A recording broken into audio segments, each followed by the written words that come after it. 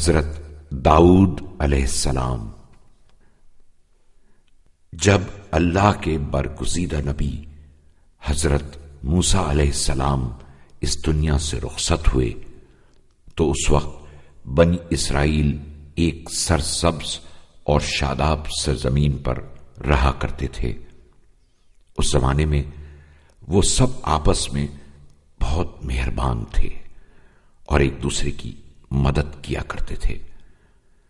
وہ ایک طویل عرصے تک مل جل کر زندگی گزارتے رہے، یہاں تک کہ ان کے یہاں بہت سے بچوں کی ولادت ہوئی اور وہ علاقہ ایک بڑے شہر میں تبدیل ہو گیا۔ برسوں گزر گئے، حضرت موسیٰ علیہ السلام کی قوم آہستہ آہستہ اپنے نبی کے بتائے ہوئے احکامات کو بھلانے لگی اور انہوں نے نیا راستہ اختیار کر لیا۔ ان کی کوشش تھی کہ مال و دولت جمع کرنے میں سب سے آگے نکل جائیں۔ یہی وجہ تھی کہ انہوں نے ایک دوسرے کے ساتھ لڑنا شروع کر دیا۔ آپس کے اختلافات اور لالچ کی وجہ سے وہ لوگ رفتہ رفتہ حضرت موسیٰ علیہ السلام کے دین سے دور ہوتے چلے گئے۔ اب وہ پہلے کی طرح نہ تو خدا کی عبادت کرتے اور نہ ہی غریبوں کی مدد کرتے تھے۔ دولت مند اور ظالم افراد اپنی دولت میں مزید اضافہ کرنے کے لیے متحد ہو گئے تھے۔ ظلم و ستم ہر روز بڑھتا جا رہا تھا اور لوگ غریب سے غریب تر ہوتے چلے جا رہے تھے۔ آس پاس کے دشمن ان پر حملہ کرنے کے لیے موقع کی تلاش میں تھے۔ آخرکار دشمن کو موقع ملا اور انہوں نے بنی اسرائیل پر حملہ کر دیا۔ چونکہ بنی اسرائیل کے درمیان ظلم و ستم اور اختلافات کا دور دورہ تھا، اس لیے ان کو شکست ہوئی اور دشمن جو کچھ ان کے پاس تھا سب کچھ لوٹ کر لے گیا، یہاں تک کہ ان کے بچوں اور عورتوں کو بھی قیدی بنا لیا۔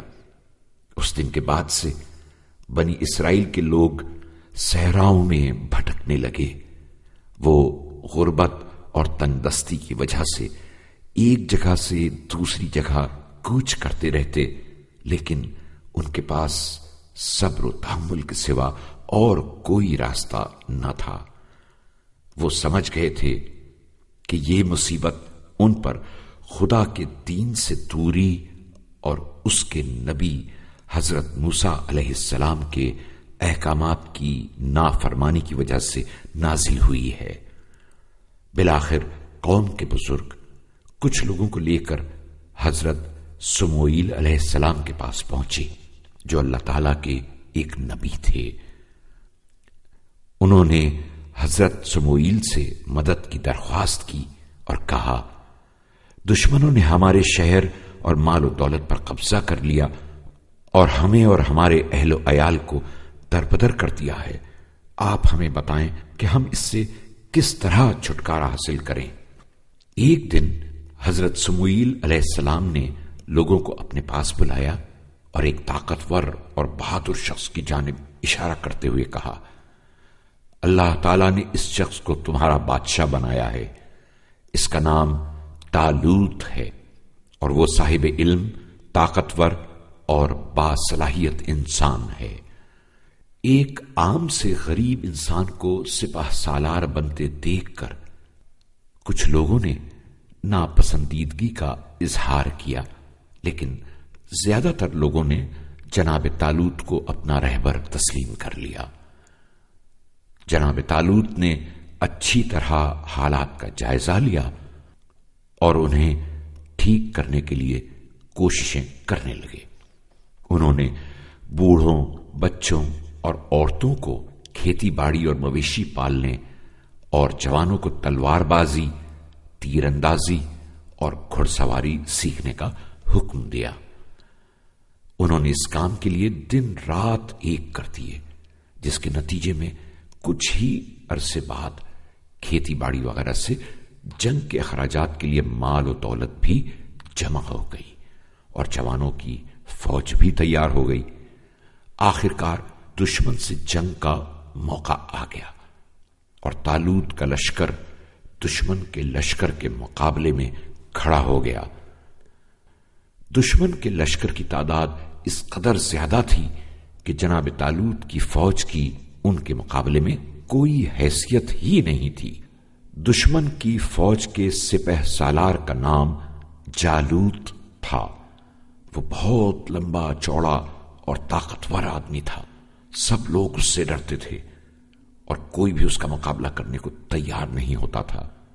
جناب طالوت نے اپنے سپاہیوں کی ہمت بڑھائی اور کہا، اے میرے بہادر سپاہیوں، دشمن سے ہرگز نہ ڈرو، اللہ ہماری مدد کرے گا اور ہم ضرور کامیاب ہوں گے۔ اسی وقت اللہ تعالی کی جانب سے ایک مددگار آ پہنچا۔ یہ ایک بہادر اور طاقتور نوجوان چرواہا تھا جو اس وقت وہاں اپنی بھیڑوں کو چرانے کے لیے آیا ہوا تھا۔ نوجوان کا نام داؤد تھا۔ وہ طالوت کی فوج کے نزدیک آئے اور انتہائی بہادری کے ساتھ کہنے لگے، میں اس دشمن خدا کو قتل کروں گا۔ اس کے بعد انہوں نے زمین سے ایک پتھر اٹھایا اور اپنی غلیل کی مدد سے پوری طاقت کے ساتھ وہ پتھر جالوت کی طرف اچھال دیا۔ پتھر تیر کی طرح جالوت کی پیشانی پر لگا اور وہ اسی وقت زمین پر گر کر مر گیا۔ حضرت طالوت کے سپاہیوں نے خوشی کے نعرے لگائے اور جالوت کی فوج کے سپاہی گھبرا گئے اور میدان سے فرار ہونے لگے۔ حضرت طالوت کے سپاہیوں نے ان کا پیچھا کر کے باز کو قتل کر دیا اور جو اموال دشمنوں نے لوٹ لیے تھے وہ ان سے واپس لے لیے۔ حضرت داؤد علیہ السلام کئی سال تک انتہائی نیک، عادل اور بہادر بادشاہ طالوت کے ساتھ رہے۔ جناب طالوت کی وفات کے بعد حضرت داؤد علیہ السلام ان کے جانشین بنے اور اللہ تعالی کے نبی کی حیثیت سے لوگوں کو اللہ تعالی کے دین کی جانب دعوت بھی دیتے رہے۔ لوگ بھی حضرت داؤد علیہ السلام کی قیادت میں ترقی اور سعادت کے راستے پر چلتے رہے۔